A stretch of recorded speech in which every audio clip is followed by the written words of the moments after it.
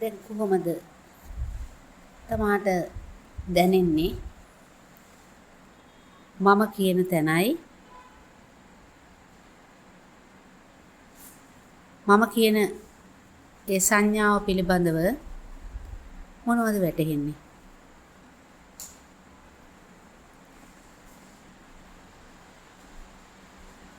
රද්‍රමත් කියන්නේ කමන්නේ මොකද? ඇහෙන්නේ නැහැ. කොහොම හොඳයි.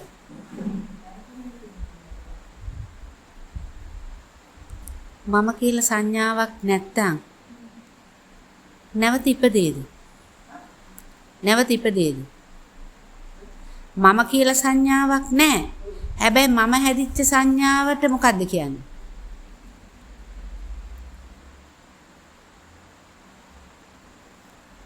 ඒ මම නැත්තම් මොකද්ද තියෙන්නේ? එතන යම් දෙයක් මෙච්චර කල් පැවතිලා තියෙන මොන විදිහටද? මම නැති වුණාම කියන්න තියෙන්නේ මොකද්ද? එහෙනම් මෙච්චර කල් තිබිලා තියෙන මේ විදිහටයි කියලා. දෘෂ්ටියක් මොන දෘෂ්ටියක්ද? එක එක්කෙනා කියන්න බෑ ත්‍රිච කියන එකක්.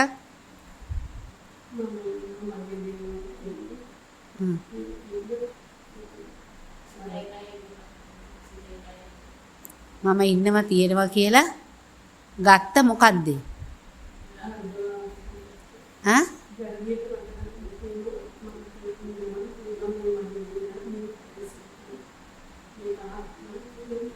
ඒ ටිකක් ගලාගෙන ගියේ සංස්කාරයන් ටිකන්නේ ඔය. ඒ සංස්කාරයන් ගලාගෙන යන්න මොකද්ද හේතු වෙලා තිබිලා තියෙන්නේ? මම මගේ පවතිනවා ඔය කියන ඔක්කොම සංස්කාරයන් ටික ගලාගෙන ගියා එකක් නේ. ඒ ගලාගෙන යන්න මොකද්ද ඉස්සර වෙලා තියෙන්නේ? අපි මෙහෙම කියමු. පොඩි දරුවෙක් දන්නවද අවිද්‍යාව කිව්වහම? ඒ දරුවට මොකද්ද හටගෙන තියෙන්නේ? හඳුනා ගැනීම. හඳුනාගත් එකේ වැරද්දක්. ක්‍රමක්‍රමයෙන් හඳුනාගත් එකේ හඳුනා ගැනීම කියලා හඳුනාගත්තේ මොකේ හඳුනා ගැනීමද? ඒකේ හඳුනා ගැනීම. එහෙම නෙවෙයිද? ඒකේ හඳුනා ගැනීම තුල ඒ හඳුනා ගැනීම තිබෙන්නේ කොහොමද? ඒක තිබුණේ මෙහෙමයි මේක මෙහෙමයි ඒක පාට තිබුණා රෝස පාට තිබුණා නම් මොකේ හඳුනා ගැනීමද ඒක? සංඥාවේ හඳුනා ගැනීම නෙවෙයිද? ඔය සංඥාවේ හඳුනා ගැනීම දැන් මේක දිහා බලාගෙන ඉඳලා රැලි තියෙනවා පටියක් තියෙනවා කියලා වටාපත ගැන උනත් විස්තරයක් වෙනවා. මේ හඳුනා ගැනීමට හේතුවක් වුණා දැනිච්ච දෙයක්. ඒකට හඳුනා ගැනීමේ තුලින් ගලාගෙන ගියා ඒකේ විස්තරයක්. ගලාගෙන ගියේ මම තුලින් විස්තරයක්ද ඒකේ විස්තරයක්ද? හඳුනා ගැනීම විස්තරයක්ද? හඳුනා ගැනීමේ විස්තරය තවදුරටත් නතර වෙලා ඉන්න තාක්කල් හඳුනා ගැනීම එතන සටහනක් උන් නැද්ද? මේක මෙහෙමයි. අන්න එකයි නිත්‍ය සටහන කියන්නේ. නිත්‍ය උදයක්. ඒ මම දෙහෙනම් එතන තිබිලා තියෙන සංඥාවේ හඳුනා ගැනීමද? දැන් මම කියන දණක් ඔතන තියෙනවාද? දැන් තේරෙනවද මම කියපේ? ඇහෙන තරක කියේදී සද්ද සංඥාව යන්නේ. අන්න බෙරපදයක් ගහනවා වීණාවක් තියෙනවා වීණාවේ සද්ද. ඒ යන්නේ කොහාගේ සද්දද? ඒ හඳුනා ගැනීම සද්ද සංඥාවේ සද්ද මේ හඳුනා ගැනීම නෙමෙයිද ගලාගෙන යන්නේ. ඒක මා තුලින් සකස් කරගත් එකක්ද ඒක? තේරෙනවද මේ කියන එක? එහෙනම් උන්වහන්සේ මෙතන අපිට අනාත්මයන්ගේ හේතුඵල දහමේදී රූප ශබ්ද ගන්ධ ස්පර්ශයන් කියන තැනදී එහෙනම් මම නතර වෙච්ච එකක්ද සංඥාව තුල තොරතුරු ගලාගෙන ගිය තැනක සංඥාව නතර වෙච්ච එකක්ද? ඒක තේරුණාද? එහෙනම් සංඥාව විඥාණයට ආහාර වෙලා තියෙනවා සංඥාව නිසා නිත්‍ය වෙච්ච විදිහට. තේනද? අපි නතර කරන එකක්ද වෙන්නේ සංඥාවට මෙතෙක් අපි අනවින්නකො මම පෙන්නන්න අපි නතර කරන එකක්ද තියෙන්නේ අපි මෙතෙක් මුලා වෙලා නතර වුණා කිව්වට ඒ කවදා හරි ඒ සංඥාව තුල එතන නොපවතිනවා කියන තැනක් තුල අපි කවදා හරි නතර වෙලා හිටියද මං අහන්නේ? නතර වෙලා හිටියද? තේරුණාද මේ? අපි කවදාවත් නතර වෙලා ඉඳලා නැහැ. මේක මහණෙනි සංස්කාර ලෝකේ නතර වෙලා තියෙන්නේ. හැබැයි එතන ඇත්තට නතර වෙලා සංස්කාර ලෝකෙකින් නතර වෙලා තියෙනවා. සංස්කාර හැදීමේ ලෝකයක් තුල. තේනද? දැන් ඊළඟට සමහරලාට කියනවා කතා කරන්න වචනයක් නැහැ. කතා කරන්න මට දැන් කියන්න දෙයක් නැහැ. එහෙනම් ඒ පිළිබඳව මොකද්ද තියෙන්නේ? මට කතා කරන්න මගේ කියන තැනක් මට පිටින්න තැනක් ඊටන තැනක්. තාම මේ ඒතරේ තුලින් මම නැහැයි කියලා නේද කියලා විමසන්න තාම සිහිය තාම ඉපදිලා නැති එකයි තියෙන්නේ. මම කියන සංඥාව කැඩෙන එක තමයි උන්වහන්සේ පෙන්නන්නේ මමත්වයේ උතනින් කැඩෙනවා කියලා.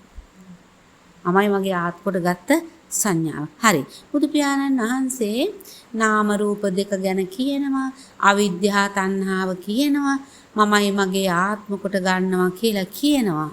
ඒ කුමක් පිළිබඳවද උන්වහන්සේ දේශනා කරලා තියෙන්නේ? මොකේ අවබෝධයක් කරගන්න කියලාද? බාහිර අභ්‍යන්තර කියලා කියනවා, විඥානීය කියලා කියනවා නේද? අවිද්‍යාව කියලා කියනවා. ඒ කුමක් පිළිබඳව අවබෝධ කරගන්න කියලාද කියන්නේ? අනාත්මය කියනවා, සතර මහා ධාතුව ගැන කියනවා. ඒක කුමක් පිළිබඳව ඊළඟට කියනවා රූප, ශබ්ද, ගන්ධ, ස්පර්ශ, මහණෙනි මෙතන ඇස, කන, නාසය, දිව, ශරීරය. මේ කුමක් ගැන අවබෝධයක් අපිට දෙන්නේ මහණෙනි මේ විදිහට මේ පැවතිලා තියෙන හේතුවනේ පෙන්වන්නේ. මේ හේතු අවිද්‍යාව හේතු, ඇස කියන හේතුවක් තියෙනවා, සිත කියන හේතුවක් තියෙනවා. ඒ තැනක් හදාගත්ත තැන්නේ දෘෂ්ටිය කියන්නේ. ඔය හරි තැනක ඉඳගෙන පිහිටලා වාසය කරන්න හදපු තැනක්. තේනද? බාහිර අභ්‍යන්තර හරි තියෙනවා නේද හඳුනා ගන්න තැන. හරි ඒ කුමක් පිළිබඳ අවබෝධයද මේ අපිට තියෙන්නේ එකෙන් නිදහස් කරන්න යන්නේ? මොකේ නිදහස් කිරීමද යන්නේ? ඈ? පංචස්කන්ධේ ඒකට එකතු වෙලා තියෙන මොන විදිහටද? පංචස්කන්ධය ගැන කියන්න බෑන කොයි විදිහටද කියලා?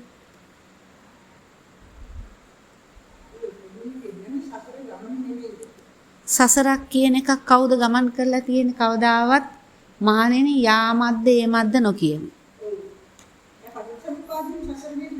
පටිච්චසමුපාදේ කියන්නේ වරදවාගත්ත වැටහීමක් නෙමෙයි මෙතන කියන්නේ. පටිච්චසමුපාදේ කියන්නේ තියෙන එකක් එහෙම නෙමෙයි පටලැවිල්ලක් කියලා. පටලැවිලා. දැන් එක නූලේ මුල තිබුණා නම් පැටලිලා නැහැ. එතුනහම මොකද වෙන්නේ? ගැටයක් එතන තියෙන්නේ. ඒ ගැටේනේ මේ ලියන්නේ. උන්වහන්සේ මේ මෙතන නාම රූප දෙක ලැහුවනම් ලියන්නේ මොකද? මෙච්චර කල් පැටලිලා තිබ්බ පැටලිල්ල. එකින් එක ධම්වැලක් වගේ එකින් එක එකතු වෙච්ච එකක් නෙමෙයි පැටලැවිල්ල නාම රූප දෙක වශයෙන් උතන පෙන්වන්නේ. ඒක තේරෙනවද නේද? ඒක නෑ එහෙනම් එක පවතින එකක්ද ඒකේ නොපවතින බව තමයි ක්‍රමක්‍රමයෙන් මෙහාට අනිත් පැත්තට අනගාගෙන ආවේ. මේක උඩුගම් බලාගෙන ගියේ මේ කරන්නේ මොකද? උඩුගම් බලා නැවත නැවත සකස් වීම නෙමෙයි මේක හැදුන හැටි කියලා දෙනවා. මොකේ ආශීදේ කියලා දෙන්නේ. එහෙම කියන්නම් මම. මොකේ ආශීද?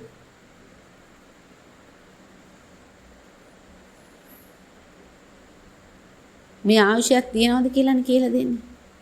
මොකේ ආශීද?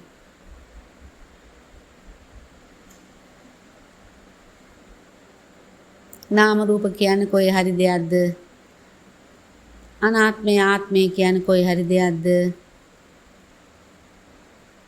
කොයි හරි අපිට දැනෙන තැනක් දැනෙනවා නම් මෙච්චර කල් හේතු වෙලා තියෙන්නේ මොකක් අපි ළඟින් තියෙනවා කියලා හිතාගන්න හින්දාද මේක දැනෙන්නේ?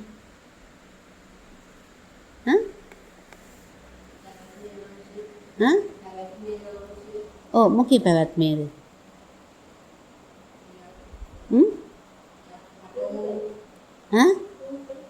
රූපේ කිව්වේ මොකක් පිළිබඳව? රූපේ තුලින් අයිතිකාරය වුණේ මොන විදිහටද? රූපේ තුලින් අපිට අත්විඳින්න වෙලා තියෙන්නේ මොකද්ද? රූපේ නිසා රූපය හරි ඉතින් රූපය ගැන කතා කරන්නකො රූපය තුල තියෙන්නේ මොනවද?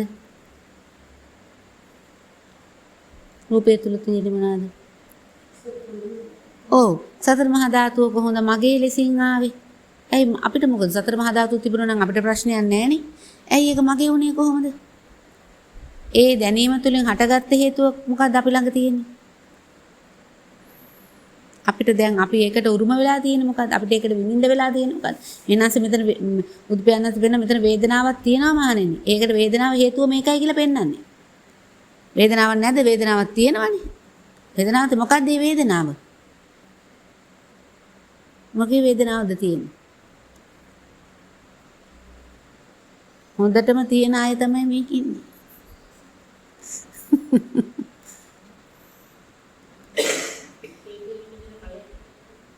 ඔව් මොකක්ද ඵලේ? ඒ හේතු නිසා මොකක්ද හේතුව මොකක්ද ඵලේ? ඔව් ඵලේ නේද? ඈ? ඒ මොකේද?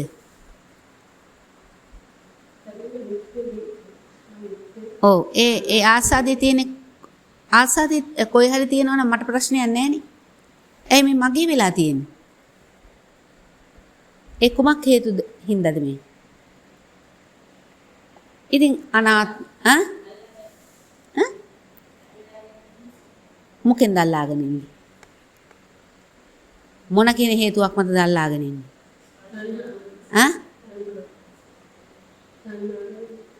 තණ්හාව තියෙන්නේ කොහෙද? ගහකොළද? දැනුයි කියවෙන්නේ. අනිත් වේදනාව මොකද? මේ ඔක්කොම දේශනාවම තියෙන්නේ මොකක් පිළිබඳවද? මේ සිත හැදිච්ච හැටි, ශාරීරිය කියලා හිතාගත්ත, කය හැදිච්ච හැටි කියලා අනාත්මය තුල අවිද්‍යාව සතර මහා ධාතු අල්ලගෙන හුස්ම ගන්නවා කියලා හිතලා. ඒකට ඕන විදිහට ඇවිල්ලා ගිහිල්ලා. ඒ නිසා මේ කය බිඳිලා කැඩිලා බිඳිලා ගිහිල්ලා. මේ මොකේ අවබෝධද මෙච්චර 84000ක් මේ දේශනා කළා දෙන්න උන්වහන්සේ? මොකේ අවබෝධයද මේ? මේ සිතේ කය අවබෝධය. මෙතන සිතක් නෑ මහණෙනි, මෙතන කයක් නෑ. ඔබ විඳීම් වලට අවු වෙලා. කායික වේදනාවක් තියෙනවා, මේකට වේදනාව දැනෙනවා, කැඩෙන බෙදෙන හින්දා, සීතල උණුසුම හින්දා වේදනාවක් නැද්ද? වේදනාව. ඊළඟට පේන ඇහෙන දේවල් නිසා, සංඥාව නිසා වේදනාව නැද? අර අරක කරා මේක කරා මේ කියනවා. අනේ යට නරම වුණා, මේ සද්දේ ගොරෝසුට ඇහෙනවා, සියුම් ලෙස දැනෙනවා. මේක මම නතර කරන්න හැදුවට නතර කරගන්න බෑ. පේන එක නතර කරන්න බෑයි කියලා සංඥාව තුල නැද්ද? එතන ආයතන නිරෝධයක් කරලා පෙන්නනවා අපිට ආපස්සට ඇවිල්ලා මහණෙනි රූපය පිළිබඳව දැනගන්න. ওই රූපය කියන්නේ සතර මහා ධාතුවක්, ඔබට අයිති පාලනයක් දෙයක් එහෙම නෙවෙයි කියලා. එතන මේ කොහේ අවබෝධයද මේ දෙන්නේ ඔක්කොටම කළගෙන ලන්තිම නැතිගෙන. ඊට පස්සේ ඉපදුනාද කියලාවත් නැති, අරමුණක් නැති, කය මොකක්ද කියලා මෙතෙක් ගත්ත මුලාව තුල පිහිටලා තියෙන්නේ. අවිද්‍යාව තුල හටගෙන තියෙනවා අපිට ශාරීරිය කියලා හිතාගත් එකක්. ඒක තවත් කයක්, වායෝ කයක් එක්ක තවත් වායෝ කයක්, තවත් වායෝ කයක් එක්ක හැප්පෙනකොට කාය ස්පර්ශයේ තුල හටගෙන ඒක හා ආස්වාදයේ බැඳෙන්න ගිහිල්ලා මුලා වෙච්ච සංඥාව තමයි රූප, ශබ්ද, ගන්ධ, ස්පර්ශයන් කියන්නේ. ඒ නිසා ආයතන තුලින් ඒව නැවත නැවත ස්පර්ශ කරලා බලනවා. ආයතන කියන්නේ නතර වෙච්ච තැනකින් බලන්න හදනවා. කැමැති වෙච්ච තැනකින් බලන්න හදනවා. ඇහිච්ච තැනකින් අහන්න යනවා. දැකපු දෙයකින් නැවත නැවත සකස් වෙනවා. ඒ හේතු සකස් වෙලා තියෙන්නේ. එහෙනම් ආයි නිර්මාණය වෙන්නේ ආයුෂයක් තවත් කයක්. එනිසා කරා මේ කයෙන් අවසන් කරන්න කියලා. ආයි මේ සංඥාව තුළ ගිහිල්ලා තණ්හාවට බැඳෙන්න මොනවාද? තණ්හාවට බැඳෙන්න එපා කියලා. මේකේ අවබෝධය එන්නේ තණ්හාවක් නොපවතින දෙයක් එක්ක බැඳෙන්න තැනක් ඉතුරු වෙලා තියෙනවද එතන? එතන බැඳෙන තැනක් ඉතුරු වෙලා නැහැ. ඉතින් මේ කය මේ ආයුෂයට ගෙවනකන් ඉන්නවා. ආයි ගිහිලා නව කර්මයකට හේතු වෙන්නේ නෑ. ඉතින් මේ හේතුන් මේක නිරුද්ධ වෙනවා, හරි නිරෝධ හරි කරනවා කියන හේතු පවතින්නේ නැහැ කියලා හිතෙනවනම්, මේ හේතු මට පාලනයක් නැහැ කියලා හිතෙනවනම්, නොදන්නකම කියලා හිතෙනවනම්, මේ හැම දෙයකින් ඈත් වෙන්නේ මොකද්ද? මේ කය පිළිබඳව තව දුරටත් මෙන්න මේ පිළිබඳව නැවත බැඳෙන්න අරයා මෙයා කෙනා කියලා, සත්වයා කියලා මෙයා වෙන් කරගන්නවද සම්මුති වශයෙන්? වෙන් කරගන්නවද? එහෙනම් ලෝකයෙන් එතර වෙනවා කියන්නේ මේ හදාගත්ත චක්කු සෝත ගාන මේ ඇස කන නාසය කියන චක්කු ලෝකෝ කියන තැනින් මෙයා මොකද වෙන්නේ? එතනින් ආයි මේ මෙතන පිහිටන්න තැනක් ලෝකයක් තුල කියන ලෝකේ කියන්නේ විඳීම කියන එක. විඳින ලෝකේ. චක්කු ලෝකෝ බල ආස කරනවා විඳින්න. මතක් කර විඳිනවා. විඳිනවා. එතනින් මොකද? මෙතන එතර වෙනවා. මේ බඹයක් තරම් ওই ශරීරයක් තුල තමයි ලෝකේ කියන්නේ. එතනින් එතර වෙනවා. මේ කොහෙවත් අවබෝධයක් නෙමෙයි මේ කියන්නේ. මේ සිතේ කයි අවබෝධය. හටගත්ත හේතුව පෙන්නනවා අවිද්‍යාව නිසා සංස්කාරත්වක එකතු වෙලා මේ කොහෙවත් අර මම කිව්වා වගේ මේක දිහා බලාගෙන මේකයි සංස්කාර හදලා තියෙන්නේ. මා තුලින් ආව එකක්ද? රූපයක් නිසා, සද්දයක් නිසා, ගන්ධයක් නිසා, රසක් නිසා. ඒක නැවත නැවත ස්පර්ශ කරලා විඳින්න ගියා. එතකොට මේ හදාගත්ත මුලාවේදී පෙන්නනවා ඊට පස්සේ අවබෝධයට ආපු කෙනා කියනවා මම කියලා කියපු එකට කොහෙත් මේක ගැලපෙනවද? අනාත්මයයි මමයි කියන එක ගැලපෙන දෙකක්ද? කවදාවත් මම කියන සංඥාවක් තුල කවදාවත් එහෙම මම කියලා කෙනෙක් උපදිනවද කියලා වහම බුදු පියාණන්සේ නිහඬයි. කෙනෙක් මැරෙනවද කිව්වම කෙනෙක් මැරිලාද තියෙන්නේ? ඒ හේතු ඇති වෙලා ඒ හේතු නැති වෙලා. ඒ හේතු මතම හටගෙන නිරුද්ධ වෙච්ච හින්දා විඳින්න කෙනෙක් කරුණු තුනක විඳීමක් පැවතිලා නැහැ. සියලු දුක්ඛයන්ගේ නිමාව කියන්නේ ඒකයි. මේන් පස්සේ නිවනට යන කෙනෙක් ඉන්නවද? නිවන හිටපු කෙනෙක් ඉන්නවද? මෙතෙක් කල් හිටපු මුලාවෙන් මිදීමද? රැඳී හිටපු තැනේ. රැඳී හිටපු සංඥාවෙන් නිදහස් වෙනවා. සංඥා වේදහිත නිරෝධය කියන්නේ ඒකයි. එතනයි කියන්නේ. ඉතින් නුවණින් නිතරම සංඥාව තුළ හඳුනා ගන්න තැනදී විඳිපොදේ සිතක් නැහැ. සිතින් නිදහස් වෙනවා. අන්තිමට නැති වෙන්නේ සිතනේ. අන්තිමට කය ගැන කොහොමද දැනගත්තා? ඊළඟට නැවත නැවත ආයතන නිරෝධයක් නේ කරන්නේ. ආයි සකස් වෙන එක ආයි දැන් අනුග්‍රහ කරනවද අලුතෙන්? දැන් ආයි එතන බැඳිලා නැහැ. බැඳිලා නැහැ. සංඥාව විඳපු හිත කියන්නේ ඒක මගේ කියලා ගත්ත සිත කියන්නේ අන්තිමට සංඥාවටම තමයි. හඳුනාගත් එකම තමයි. මුලට වෙන්න එපායි. දැන් කොහේ හරි දුරක් ගිහලා ආයි මුලට එනවද නැද්ද? ඒ මුලට එන්න ඕනේ. ඒක තමයි පාත්‍රේ අන් පැත්තට හැරෙවින්නාංශ. මුලින්ම උදුරා දමන්න කිව්වේ ඒකයි. ආයි උඩින් අර අනිත් වෙලාවට සමහරලාට දැන් යටපත් කරන්න ගියොත් එහෙම ආයි ලියලනවා. ආයි මේක ඇත්ත ඇති සැටියෙන් මුලාව දැකලා මුලින් උදුරනවා. මේ තුල තිබිලා තියෙන අනාත්මය. අපිට විඳින්න දෙයක් එතන නැහැ. කවදාවත් පැවතිලා තිබුණාද? නැහැ. නොපවතින දේවල් කියලා කියන්නේ. හොඳයි. එනකට මම කැමති හැමදාම මම දේශනා කරනවට වඩා ඔය වඩාපු ධර්මතාවයන් ගැන සාකච්ඡාවක් කට්ටිය එකතු වෙලා කරනවා නම් මට එක එක්කෙනාගේ ධර්මතාවයන් දැක ගන්න පුළුවන්. තේරෙනවද? ඊළඟ ප්‍රශ්න ටිකක් හොඳට අහන්න. ප්‍රශ්න ටිකක් අහන්න ඒ අයගේ අවබෝධය දැන් මම කියනවට වඩා බුදු පැනන්ස කියනවා මම කිව්වේ නෑ අහවල් තැන කියලා. මොකද ඒ අයට ඉන්ද්‍රිය ධර්මයන් වැඩෙන විදිහ මට දැනගන්න ඕනේ. ඉන්ද්‍රිය ධර්මයන් ගෝචර වෙලා තියෙන තැන මට එතනදී මට දැනගන්න පුළුවන්. මෙයාට වැඩිලා තියෙන ධර්මතාවයන් මේ පිළිබඳව කියලා. තේරෙනවද? දැනගන්න පුළුවන් නේ. දැන් හොඳයි ඔක්කොමලා මම දන්නවා. අර ඉස්සර ලොකු වෙහෙසක් ගත්තා. තර්ක ගොඩක් තිබ්බා. ගොඩක් තර්ක දැන් නැති වෙලා තියෙනවා. ප්‍රශ්නේ තියෙන්නේ එතන නෙවෙයි. නොදන්නවා දැන් ඇත්තටම තේරෙන්නේ නැහැ. ඒ නිහඬභාවයේ යම් තැනක අහන්න නැතුව ඉන්න එක කතාව වෙනයි. හැබැයි අවබෝධයෙන් ආර නිහඬභාවයට එනවා. අවබෝධ වෙන්න වෙන මොකද කරන්නේ? ප්‍රශ්න නෑ යාට. මගේ දෙයක් නෙවෙයිනේ. මේක මගේ දෙයක්ද? මගේ දෙයක් වෙනකොට යා ඇත්තටම ස්වභාවයෙන්ම නිහඬ වෙනවා. නිහඬ වීමක් තියෙන යා නෙමෙයි. හේතුව නිසා එයා ඵලයක් කොටගන්නේ නැතුව යනවා. ඒක නිසා නිහඬ වෙලා ඉන්න එකෙන් මං හිතන්නේ අවබෝධ වෙලා කියලා. ඒක මට තේරෙනවා. ඒක නිහඬ වීම තුලින් හැබැයි තේරෙනවා මේ දැන් මේ සංඥාව කොච්චර දුරට සංඥාවෙන් ක්‍රමක්‍රමයෙන් මිදෙන තැනකට කොච්චර ඇවිල්ලා තියෙනවද කියලා. නැවත නැවත සංඥාව හඳුන ගන්නද ලෝකයේ තුලින් ප්‍රශ්නාන සම්මුතියයි පරමාර්ථයයි කියන්නේ දෙක. සම්මුතියෙන් අහන තැන හැම වෙලාවෙදිම පිහිටා හිටපු තැන. පරමාර්ථ ධර්මය කියන්නේ පිහිටා ඉඳින්න හේතුවක් වෙච්ච මෙන්න මේ හේතුව පිළිබඳව විමසපු එක. ඒ හේතුව නැත්තම් පිහිටන්න පුළුවන්ද? පිහිටන්න බෑ. එහෙනම් මේ ඵලය ගැන නෙවෙයි මේ කියන්නේ. ඵලය නිරුද්ධ කරන්න බෑ. හේතුවයි නිරුද්ධ කරන්න. අවිද්‍යාව හේතු නැති වුණොත් තණ්හාව නැති වෙනවා. අවිද්‍යාව හේතු නැති වුණොත් තණ්හාවට ආහාර නැති වෙනවා. පස්ස ආහාර කබලිකා. ඇයි කොහොමද? කබලිකා ආහාර වලින් පටන් ගන්නවා. නේද? එතනත් පෙන්නන මොකද අනාත්මයේ හේතුනේ පවතින්නේ නැහැ කියන එක නේද? රූපය තුලින් පටන් ගන්නවා උන්වහන්සේ. රූපේ වේදනා සංඥා සංකාර නේද? එහෙනම් එතනත් පටන් ගන්න තියෙන්නේ මොකද? රූපයම නේද? එතන උන්වහන්සේ අවිද්‍යාව කියලා තියෙනත් මොකද්ද? අවිද්‍යාව තුල හටගෙන තියෙන මේ රූප ස්වභාවයනේ. එතනත් පටන් ගන්න තියෙන රූපය තුලින්. එහෙනම් මේ ශාරීරිය පිළිබඳව සතර මහා ධාතුවක් කියලා තියෙන්නේ. නොපවතින කියන මරණානුසතිය වඩන්න කියලා තියෙන්නේ. ධාතු සංඥාව වඩන්න කියලා තියෙන්නේ. මේ හැමතැනම මොකද්ද කියලා තියෙන්නේ? එතන නොපවතින බව හොඳට වඩා ගන්න. එතන කෙනෙක් පුද්ගලයෙක් එහෙම දෙයක් තියෙනවා කියලා නැති බව අවබෝධ කරගන්නයි කියන්නේ. අනාත්ම හේතු මෙතන තිබිලා තියෙනවා. ආත්මීය සංඥාව තිබිලා තියෙන මුලා වෙච්ච අසත් ධර්මයක් තුල අසත්පුරුෂ ආශ්‍රයකින් නැවත නැවත ඒක නිත්‍ය කොට ගත් එකක් තියෙන්නේ. නේද? නිත්‍ය කොට ගත් එකක්. හොඳයි එහෙනම් ඈ. තේරුවන් සරණ ප්‍රශ්න තියෙනවද අහන්න? ඔව් එකක් තියෙනවා. ආර්ය භූත භාවයෙන් ඉන්නේ මොකද? එයාට කතා කරලා වැඩක් නැතුව කියනවා ඊළඟට. බල්ලා වැඩක් නැහැ. ඇයි මේක මට පාලනයක් අයිතියක් තියෙනවද? නිකරුණේ හාරලා නිකරුණේ හාරලා දැන් ඊට පස්සේ අර නිලමැස්සගේ ස්වභාවය තමයි කොයි හරි ගිහිල්ලා හාර හොයලා ගඳයි කියලා ඒ සුවඳ ආග්‍රහණය කරනවා. දැන් ඊට පස්සේ මොකද්ද වෙන්නේ? ඒවා හාරන්න කරන්න යන්නේ නැහැ.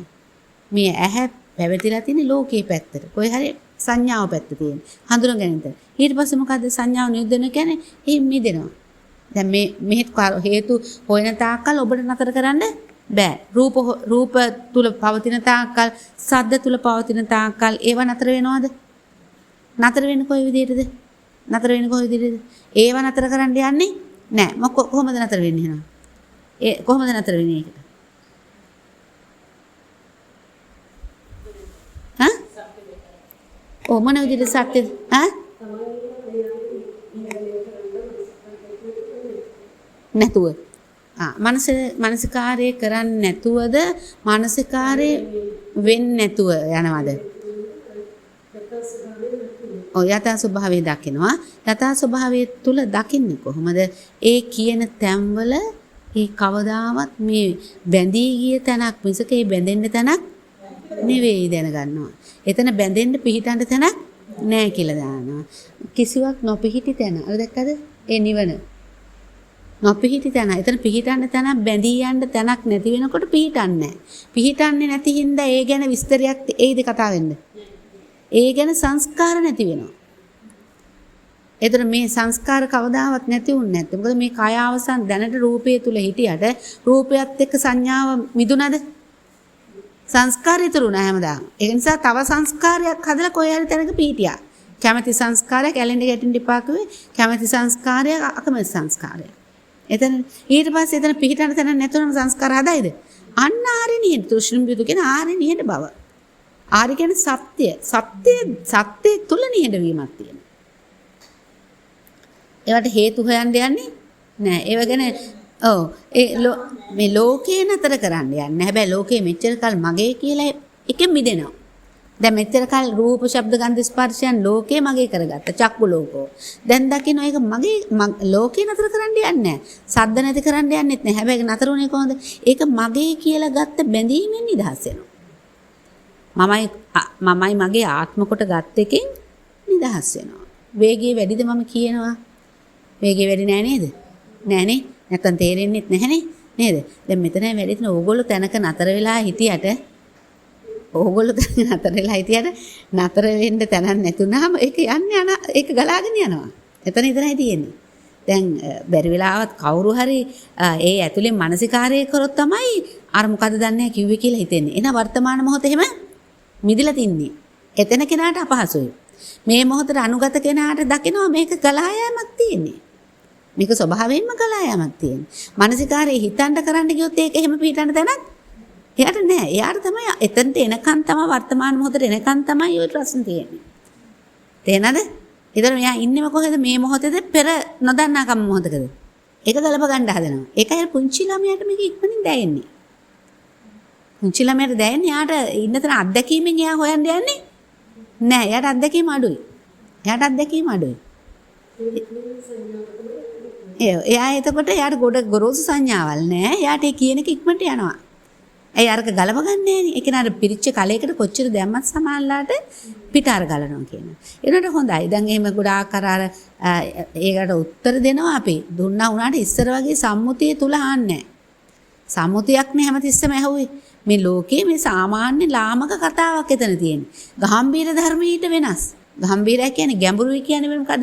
සියුම් මේක. මේකේ සියුම් බවෙහිඳ දැනෙන්නේ නැහැ. ඒ ගොරෝසු සංඥාව තමයි දැනෙන්නේ. සියුම් බව දැනෙනවද? ඒකයි ආස්වාස ප්‍රාස්වාසයට දාන්නේ. මේක ආනාපාන සතියෙන් හුඟක් වෙලාට යාට සියුම් වෙන්නේ කියන්නේ හුස්ම රැල්ලට කොයි වෙලේ හරි ආවොත් එතන තියෙනවා මේ ධර්මතාවයන් වල සියුම්ම බව. මොකද වෙන්නේ? හොඳට හුස්ම අරගෙන අනිත් හැමතැනම නිවන තියෙනවා. හැබැයි ඉක්මනින්ම මෙයා උන්වහන්සේ කියනවානේ මේ භවෙම අවසන් කරන්න කියලා. අනිත් අයත් නිවනට යනවා. හැබැයි යා නිවනට යනකොට උන්වහන්සේ කියනවා අන්න ආබස්සර ඔය තියෙනවානේ. සුද්ධාවාස ඒවා ඔක්කොම මේ ඒවයිල එතනින් ඇවිල්ලා යා කොහොමද නිවනට යනවා. හැබැයි උන්වහන්සේ පෙන්වන මේ භවෙම පුළුවන්. මේ භවෙ බැයිද? දව කියන විදිහට මේ ලෝකේ මත පිහිටයිද? එයා පිහිටන්නේ නැහැ. ඉතින් මේ භවෙ බැයිද? එහෙනම් මේ ඔක්කොටම පුළුවන්. මේ භවයේදී දැන් තව භවයකට යයිද? නව කර්මයකට යයිද? ඒක මගේ කියයිද? පේන ඇහෙන දේවල් මගේ කියයිද? මගේ නෙවෙයි. ඉවරයක් නැති දේවල් මේ සැරින් දැනුයි තේරුනේ මේ මගේ ළමයි කිව්වා, ගෙදර කිව්වා, ඉස්සර මං කියනකොට හිතනවා නේ මගේ නෙවෙයි කියනකොට හිතුණා නෑ මගේ නෙවෙයි කියන්නේ කියලා. නේද? දැන් තේරෙනවනේ මේ මගේ කිව්වේ මා තුල හටගත්තක් එහෙම නෙවෙයි. මේ හඳුනා ගැනීමේ ඇලීමක් තිබුණේ. හඳුනා ගැනීමේ ගැටීමක් තිබ්බේ. මං එක වාසයක් කරන්න කියලා මට ඕන විදිහට නොපවතින බවින්දා ඒතන නැති වෙදි ලෝකේ දිහා බලලා අන්න අරගොල්ලෝ හොඳින් ඉන්නවා කියලා ඒක තවදුරටත් ලෝකේ මත හිටියද නැද්ද? සංස්කාර හදන්න ගියා. දැන් දකිනවා ඒවා මොකක්වත් මට පාලනයක් අයිතියක් තියෙන එකක් එහෙම නෙවෙයි. මේ කය මේකයෙන් අවසන් කරන්න නම් ඒ හටගෙන නිරුද්ධ වෙච්ච තැනදී එතන හටගත්තාම කියන තැනදී මේ හුස්ම රැල්ල ගත්ත තැනදීම මොකක්ද උනේ? හරි හුස්ම ගත්තාම කියන තැනදී මොකක්ද උනේ? හුස්ම හරි ආස්වාස ප්‍රාස්වාසයේ කියමුකෝ අපි නිකමට. ආස්වාසය තුල මොකක්ද උනේ?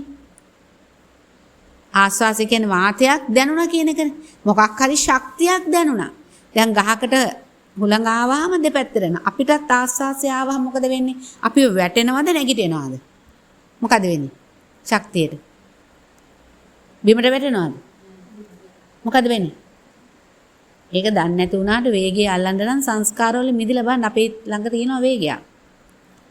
ඒකයි උන්වහන්සේ කියන්නේ දීගං වාසය පොඩ්ඩක් බලන්න කියලා. තේනද? එතෙන්ද මෙහෙම එනකොට අපි හෙල වෙනවා. අපි නැගිටිනවා කියන කතාවක් නෙමෙයි එතන. හෙල වෙනවා. එතකොට මොකද්ද? ගියා කියන තැනදී ආයෙ ඉන්නම එනකන්. එතකොට ගියා කියන තැනකුත් තියෙනවා. හැබැයි එතන උන්වහන්සේ පෙන්නනවා ඒ ශක්තිය එතනම බිඳුනා. ඒ ශක්තිය එතනම ප්‍රාශ්වාසය කියන්නේ ශක්තියක් තියෙන තැනක්ද? සුවඳක් එන්නේ දැන්ට තියෙන එක. ඒක තුල දැනීමක් තුල නතර වෙන්නොත්ද ඒ දැනීම නැති වෙච්ච වෙලාවේදී සුවඳක් එන්නේ. හුස්ම යන තැනද මේ සුවඳ එන්නේ? සුවඳ එන්නේ මේ හුස්ම තියෙන තැනද කියලා බලන්න. හුස්ම මේ තියෙන වාතයේ හරි ඒ සංඥාව තුල දැනිච්ච ශක්තියක් තුල තියෙන්නේ. හුස්ම හෙලන වෙලාවදී බලන්න දැනෙනවද කියලා? එහෙනම් එතන තියෙන්නේ නැහැයි කියන්නේ මොකද? එතන කිසි දෙයක් පවතින්නේ නැහැ. ශක්තියින් දෙකක් මේ ආස්වාස ප්‍රාස්වාස කියන්නේ ශක්තියින් දෙකක් එකතු වෙලාද. ඒ තුලින් මතුවෙච්ච සංස්කාර තමයි සංස්කාර ලෝකෙ කිව්වේ. හැබැයි ඒ ඔබ කියන මම නම් එහෙම නෙවෙයි. මේ සියල්ලම මගෙන් බාහිරව සිදුවෙච්ච ක්‍රියාවලියක ඒහා ක්‍රියාත්මක වෙලා තියෙනවා. හැබැයි දැන් මේ ක්‍රියාවලිය දැක ගන්න යද්දි ක්‍රියාත්මක වෙන්න ඉතුරු වෙලා දෙයක් තියෙනවද? මේක අවසන් වෙච්ච ක්‍රියාවලියක් මහණෙනි කියන. අපිට ඒක අල්ලගෙන බිඳිච්ච දේවල් අවසන් වෙච්ච දේවල් අල්ලගෙන නැගිටින්න තියෙනවද? නැගිටින්න දෙයක් මෙතන නැහැ. නොදන්නාකමට ඒ හේතු එකතු කරන්න හදන්න සද්ද අවසන් වෙද්දී රූප ශක්තිය ගන්නවා. ඒක ඉවසන්නේදී ආග්‍රහණ ශක්තියින් ටික. මේ ඔක්කොම කොහෙන්ද තියෙන්නේ? මේ ස්වභාවයේ ගති ස්වභාවයක්නේ. එකක් ඇරෙන්න එකක් උනාසේ පැටලවිල්ලක් කියන්නේ ඒක. අරක අවසන් නැහැ සංස්කාර තුල සද්දට එක සද්ද තුලින් හරි මත වෙනවා. මම අර ඇඳලත් පෙන්නලා තියෙනවනේ මේ වැකේ මෙහෙම රවුමට පෙන්නලා මේ චක්‍රය කොහොමද කියලා. මේකට මේක සංස්කාර හදන හින්දා රූපය තුල මොකද? රූප වේදනා කියන තැනදී මේ රූපය පිළිබඳව ආස්වාදයක් නිසා වේදනාව ළඟදී සිතුවිලි සංස්කාර කියන දේවල් හදන හින්දා බලනකොට මේ සිතුවිලි හදන එකද තිබිලා තියෙන සංස්කාරයන් ඒ තුලින් ගිල හේතුන්ගේ සංස්කාරයන් ගලන් ගියන්නේ. මොන විදිහට අපි නිකන් ගන්න. මේ රෝසමලක් කියමු. රෝසමල රෝස පාටක් තියෙනවා. ඒකේ පෙති මෙච්චර තියෙනවා. එහෙම කියනවා. ඉතින් මා තුලින් දේ හටගත්තේ රෝසමල දැන්ට රෝසමල සංඥාව පෙන්වන්න ඕනේද මං කියන්නේ. එතන පිහිටලා හිටපු හින්දා ගලාගෙන ගිය කන්නේ. දැන් කේමා බිසෝටත් පෙන්වුවේ ඒකනේ රූපේ නතර වෙලා ඉදී රූපේ ක්‍රමක්‍රමයෙන් තව රූපයට ආස කරපු තැනටම පෙන්නවා. පෙන්නලා ඒකේ ස්වභාවය පෙන්නවා. ඒ රූපේ ස්වභාවය, ගති ස්වභාවය එන්න වෙනස් වෙන මෙතන පිහිටන්න තැනක් ඒ කියන කෙනා පුද්ගලයා කියන තැනක් එතන පිහිටනවාද කියලා රූපේ කියන්නේ නොපවතින දෙයක් කියලා උන්වහන්සේ පෙන්නවා. නේද? හරිද ඒක? තේරුණාද? හොඳයි. එහෙනම් ඒ කවදා හරි නැති වෙන්නේ රූපේ කියන්නේ මේ නොපවතින දෙයක් කියලා මේ කාය ස්වභාවයේ පෙන්නන යථා ස්වභාවය. ඇත්ත සැටියෙන් වෙනවා. ඒක දෙතිස් කුණපින් පෙන්වනවා. මරණානුසතිය වඩන්න හරියට. මරණානුසතිය කියන්නේ මේ ධර්මයට පුදුමාකාර දෙයක්. අර ඇට සැකිල්ලත් බලන්න. ඔහොම තියන්න බෑ. ඔය මේ අර හිස් කබලවත් එන්නේ නෑ එතකොට. කොයිවත් තැනක පිටින් හිස් කබලවත් එන්නේ නෑ. හිස් කබලත් නෑ උතන. දැන් උද චිත්‍රයේ ඉඩ නැති හින්දා වෙන්න ඇති. දැනට එතනින් මේ වගේ තැනකට විසිරිච්ච බවක් උතන පෙන්නනවා. එහෙම මේ කෙනෙක් කියලා ගත්ත රූපයක ස්වභාවය ක්‍රමක්‍රමයෙන් මේ විදිහට වෙනස් වෙච්ච දෙයක් කියලා. හරිනම් උතන ඉතුරු ටික යනකොට ඔය කැලි ටික තියෙන විදිහක් නෑ. කිසිම සටහනක් නෑ. එතන ජලයේ තිබු මේක වගේ ජලයේ සටහනක් තියන්න බැහැනේ. ඒවා ඔක්කොම. ඉතින් ඒවා Tamanට පරිශ්‍රණයේ අඩුකමක් එතන තියෙන්නේ. ඒ කාලේ පරිශ්‍රණය කරපු ඒවායෙන් ඒවා මහ පුදුමාකාරයි ඒ ධර්මතාවයන්. ඒවා එතන කනත්තකට ගිහිල්ලා බලන්න කෑලිද තියෙන්නේ ඇත්තම ඒ පස්ස හැදිලා තියෙන්නේ කුඩු වෙලා තියෙන්නේ. කෙස් දැන් ඕගොල්ලොන්ට තේරෙන්නේ නැහැ. අපි කෙස් බාන හින්දා දන්නවා මේ කුඩක්වත් නැහැ අතට අහු වෙන්නේ. ඔව්. ඒවා ඔක්කොම දකිනවා අපි. නේද? මේ කෙස් වල තියෙන්නේ එහෙම කෙස් ගහක් කියන එකක් අහලකවත් නැහැ පිටි වගේ. ඔය ඒවා පවතින පස් වගේ නිකන් දේවල් තියෙන. එහෙම අපිට මේ දැන් සංඥාව තියෙන එක එහෙට කරලා මෙහෙට කරලා විකාර කරලා නේක. මේක විකාර වෙලා තියෙන්නේ මේ. ඇත්තටම. ඒ නිසා ඒවා පැවිද්දට පහසුයි. ඕගොල්ලන්ටත් පහසුයි කමන්නේ නැහැ. හැබැයි මේකට යන ගමන ටිකක් වෙහෙස කරයි. හැබැයි උනාසෙ පෙන්නනවා මෙතන මොනරා වගේ මේවා අස්සෙන් එයා යනවා. එයත් නිවනට යනවා. හැබැයි අපිට අර පහසුයි මොකද අපිට රකින්න දෙයක් නැහැ. අපිට රකින්න දෙයක් නැහැ, බලන්න දෙයක් නැහැ, අහන්න දෙයක් නැහැ. රකින්න තියෙන්නේ මොකද්ද? ධර්මයේ රකින්න තියෙන්නේ. ශාසනය පිරිසුදු කිරීම තියෙන්නේ. ඒ කරන්නේ අපිට ඕන හින්දාද? අපිට ඕන හින්දාද? මේ සංසාරයෙන් එතන සත්‍යයේ විසුද්ධිය, සත්වයාට දුකින් නිදහස් වීම සඳහා ඒ රකින්නේ. දැන් මෙතන කෑකෝ ගහන්න එපා කියලා කියන්නේ මොකද? මෙතන නිහඬතාවයක් නොවන නම් කෑකෝ ගහන තැනක් වුණොත් ඕගොල්ලන්ට භාවනා කරන්න පුළුවන්ද? ඒකයි මේ නිහඬ වෙන්නේ කියන්නේ. ඒකයි සද්ද කරන්න එපා කියන්නේ. මේ වගේ තැනක් නොලැබුණා නම් භාවනා කරගන්න පුළුවන්ද? බැහැනේ. දැන් බුදු පියාණන් වහන්සේ ආයිපදෙන හින්දාද දානේ මට දෙන්න කිව්වේ. මේ දුකින් මිදෙන සීල සමාධි ප්‍රඥා ගුණ වඩන අයට ආනිසංස වැඩි කිව්වේ මොකද? දානේ අතහැරීමේදී තැනදී කාටත් ඒ දානේ ආනිසංස තියෙනවා. හැබැයි බලවත් වෙලා දුගතියක නූපදින්න මේක හේතුවක් වෙනවා. ඇයි? කොහේ නිවන් දකිනතුරු යම් කෙනෙක් උපදිනවා නම් එයාට ආහාර නැතුව පුළුවන්ද? දැන් ඒ ආහාර ටික තමා පසුපස ආපු දෙයක් නම් තම හේතුවක ඵලයක්. දන් දුන් නැති කෙනාට ආහාර ටික නැති බව පේනවා. මේ හේතුවක ඵලයක්. ඔව්. එතකොට ප්‍රාණඝාතයෙන් වැළකෙන්න කිව්වේ ඔය අඬා වැළපීම් මට ජීවත් වෙන්න බෑ ආයුෂය නැහැයි කියලා ලෙඩ දුක් කරදර වැඩි කියලා කියනවා නම් එයාගේ පසුපස ආපු හේතුවක් තියෙනවා ප්‍රාණඝාතය කළා. ඒක බුදු පියාණන් වහන්සේ ආයෙ ඉපදෙනවද? උන්වහන්සේට මේක අවශ්‍ය නැහැ. ලෝක සත්‍යයේ හිතසුව පිණිස පන්සිල් ආරක්ෂා කරන්න කිව්වේ නිවන් දකින්නතොර එයාට උපතක් ඕනේ නම් මේ භවෙදී පුළුවන් විදර්ශනා වඩන කෙනෙකුට. අනිත් අයට ලෝකයේ තුල සම්මුති ලෝකයේ තුල සුගතියක් පෙන්වන්නේ ඒකයි. මොකද නැත්තම් ගිල දුගතිය කිපදුනොත් මේ කර්මඵල කර්ම විශ්වාස නොකර යනවානේ. ඒ තමා පසුපස ආපු දෙයක් නෙමේ තියෙන්නේ. හැබැයි මේ උපත මේ විදිහට ආපු පිරිසුදු කරන්න ආපු උපදෙත් තව කරන්න කිව්වද? දැන් මේ තැනදී කරන්න කිව්වද? උන්වහන්සේ කියන්නේ මිදිල යන්න. මේ කයෙන් අවසන් කරන්න. මේ කය දැන් මේ ආශ්චර්යමත් උපතක්. බුදුහාමුදුර කෙනෙකුත් හම්බ වෙලා. මේ මහා භද්‍ර කල්පේ තව බුදුවරුන් හම්බුන්නේ නැහැ කියලා හිතන්න එපා. ඒවට අනුග්‍රහ කළා තමයි මේ ඇවිල්ලා තියෙන්නේ. ආයි හොයන්න යන්නේ හැම බුදුවරයෙක්ම එකමයි දේශනා කරන්නේ. එදාටත් මේ වගේ ඇවිල්ලා මට ගෙදර වැඩ තියෙනවා මම මේ විදියට වැඩ තියෙනවා කියලා මම හිර වුණොත් එimhe ආයෙත් මොන බුදුවරයාවත් හැමදාම අවසන් කරපු නැති කෙනෙක් විදියට තමයි ගිහිල්ලා තියෙන්නේ. මේ කයෙන් අවසන් කරන්න කියන්නේ. ඒ බුද්ධ දේශනාවල් කියන්නේ බුද්ධය කිව අවබෝධයයි. මොකේ අවබෝධය? සිතේ කය අවබෝධය. මෙතන සිතක් තිබුණාද මෙතන කයක් තිබුණාද? සතර මහා ධාතුවේ සිත කිව්වේ සංඥාවට. හඳුනා ගන්න එකට දිවේ. එහෙනම් සිත කියන්නේ සංඥාව කියන තැනදී සිත නිරුද්ධ වෙනවා. මෙතන සිතක් නෙමෙයි කවදා හරි අර කෙනෙක් නෙමෙයි කියලා කිව්වේ මම කියන තැන නෙමෙයි. මෙතන තිබෙන තියෙන හඳුනාගත්ත දෙයක්. ආවේ එහෙමනේ කතාව. නේද? මම කියලා සංඥාවක් තිබුණේ. වලදී මම කියලා සංඥාව තුල රැඳී හිටපු නිසා ඒකට ගහගෙන ගියා. සංඥාව තුල ගහගෙන ගියා සංස්කාරات එක්ක. තේනද? සංස්කාර. හැබැයි එතන මම කියලා දෙයක් නෙමෙයි. මෙතන ශක්තියක් මහණෙනි මෙතන වේගයක් කියනවා. ඒ සංස්කාර මත පිහිටපු දැනීම මත වේගයක්. ඒ දැනීම තිල මා තුලින් හරි නෙමෙයි. හඳුනාගත්ත දේවල් තුලින්. ඒකයි සංඥාව නිරුද්ධ වුණාට පස්සේ ආහිට පස්සේ එතන ඒ සංඥාව හඳුනා ගන්න තැනක නතර වෙන්න නිත්‍ය වූ විඥානය කියන තැනක් නිත්‍ය වූ විඥාන කියන තැනදී ඒක මට අදාළ විඥානය කියන්නේ මම නෙවෙයි. මා තුලින් හට ගන්න දෙයක් නෙවෙයි. සංඥාව තුළ පැවතිච්ච දෙයක්. හඳුනා ගැනීම තුළ පැවතිච්ච දෙයක්. තේනද? හොඳයි. තෙරුවන් සරණයි.